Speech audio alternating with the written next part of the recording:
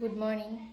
নতুন একটি ব্লগ নিয়ে চলে এলাম। আজকে হচ্ছে বুধবার, এখন বাজে সকাল 10টা। সকালের সমস্ত কাজবাজ শেষ, এখন আমি ব্লগটা শুরু করলাম। এখন শুধু সবজি বানাবো, ভাতও হয়ে গেছে, স্নান টান করে এলাম। সবজিটাকে রেডি করে সবজিটা বানাবো। আজকে অনেক দিন পর শিঙি মাছ রান্না হচ্ছে, মানে হবে। তো চলো আজকের ব্লগটা দেখতে থাকবো। তো কাল মানে পরের দিনই তো ভোট। আজকে পুরো রাস্তাঘাট কোনো সারা শব্দ নেই, চুপচাপ। তো কথা না বলে কাজ শুরু করি। তো এদিকে এখন আমি এই যে সবজিগুলো কাটাকাটি করব। আজকে সবজি রান্না করব হচ্ছে আলু ঝিঙা দিয়ে। আর এখানে সোনুর বাবা বসেছিল, ওকে বললাম আমাকে একটু ভিডিওটা করে দাও, তো ভিডিওটা করে দিচ্ছে। তো আজকে হচ্ছে মাছ রান্না করব। আর অনেক দিন পর আজকে হচ্ছে ও বাজার থেকে শিঙি মাছ নিয়ে এসেছে, যেহেতু আমাদের শরীরে রক্ত সত্যি খুবই কম, বিশেষ করে আমার। আর শিঙি মাছটা খেতে বেশ ভালোও লাগে। ওটা মানে অত সহজে পাওয়া যায় না, আর দামটাও কিন্তু বেশি। তো আজকেও পেয়েছে, এর জন্য আর কি নিয়ে এসেছে। তো আমি স্নানের আগে না মাছটা ধুয়ে টুয়ে হলুদ লবণ তেল দিয়ে মাখিয়ে রেখেছি। আর এখন এই যে ঝিঙা আলুটা কেটে নিচ্ছি, পাতলা করে একটু ঝোল বানাবো, তাহলে খেতে বেশ ভালো লাগে। সকালে হচ্ছে ভাত বানিয়েছিলাম, আর লাউয়ের যে খোসাগুলো হয় না, তো সেটা দিয়ে আলু দিয়ে ঝুড়ি ঝুড়ি করে ভেজেছিলাম। আর সোনুকে হচ্ছে সুজি খাইয়ে সুজি দিয়ে স্কুলের টিফিন আর কি বানিয়ে দিয়েছিলাম। সোনুটা আবার সকালবেলা কোনো ঝামেলা নেই, আমি যেটা বানিয়ে দেবো সেটাই খেয়ে নেয়, লক্ষ্মী মেয়ে আমার।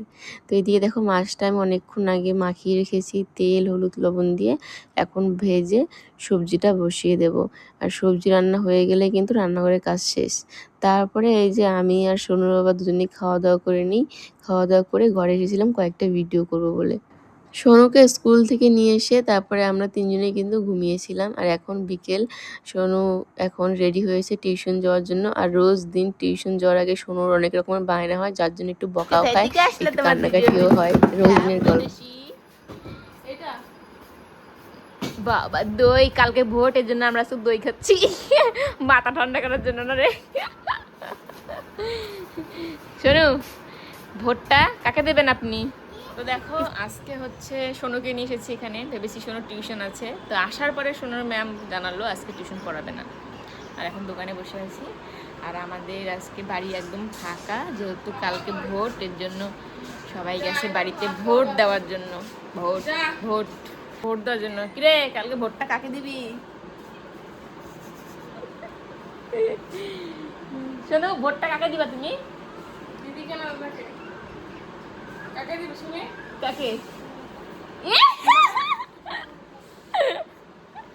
তো দেখো এখন বাজে হচ্ছে রাত 9টা।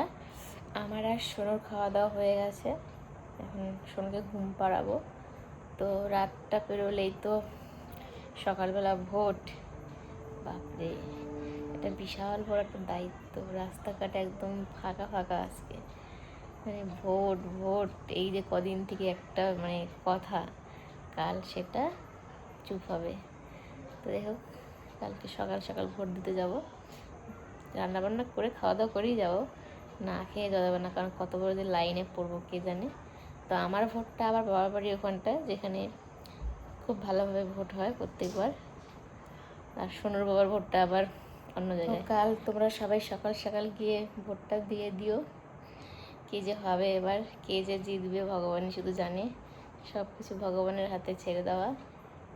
শুধু এটাই চাই যে দেশের যা অবস্থা, সব কিছু যেন ঠিকঠাক হয়, ভালো হয়।